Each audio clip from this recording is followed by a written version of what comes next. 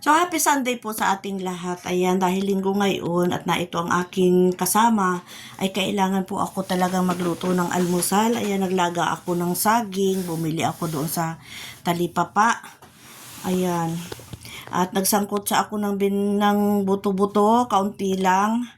Kailangan may ulam. Ayan, ganito ako pag Sunday. Busy pa rin kasi nandito nga siya, hindi pwedeng walang almusal. Kailangan may almusal. Okay lang kung ako lang. Kahit kape at tinapay, okay na. Pag nandito siya, kailangan may almusal. May natira akong liempo, aking nilinis. Nilagyan ko ng asin. Ganyan ba kayo? Pag kayo maglilinis ng baboy, hindi kailangan hugas lang. Lamas-lamasin, mekos-mekos sa asin para mawala po yung bakterya. Makikita ninyo pag inyong hinugasan, press na press at malinis ang baboy. Mawawala yung lagkit niya, yung dulas niya. Ganyan ako maghanda ng baboy. Ayan. Sana gawin din ninyo yan.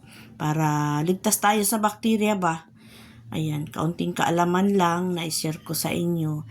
Ito ay aking ahalo sa pansit. Siguro mamayang hapon, pag naalanganin ng aming hapunan, magpapansit naman ako. Kahapon pa ako inuuto ng anak ko, Mama, magpansit ka. Gusto ko ng pansit. Ayan, habang namang ako busy sa aking kusina, ay naari naman siya at busy rin. Kahit linggo, busy din yan. Ayan, nagkuskus ng nagretouch ng mga pintura, ng dingding, at nagretouch din ng hagdan. Yan, wala din pahinga. Kahit nandito sa bahay, ganyan kami mag-asawa. May teamwork baga. Habang aking inaluto na aring aking nilagang buto-buto, nilagyan ko ng anong tawag dito, lasuna. Yung maliliit na sibuyas bombay, may dahon, mura-mura. Habang nililinis ko naman ang ibang pinaglutuan at nang hindi matambakan ng trabaho si Mama Lo. Napakahirap pag dumami ang hugasan natin at talagang tayo rin ang nahihirapan. Kaya habang nagluluto, tapos na magluto, linisin at ilagay sa tamang lagayan. At dini ay sinangkot sa ko na yung natirang liempo para sa aming hapunan kung sakali at kukulangin. At dini ay nakulo na nga ni yung aking nilaga. Hanggang dito ay nilagyan ko na ng kaunti lang na pechay. Tama na yan, pasarapin na lang ang lasa.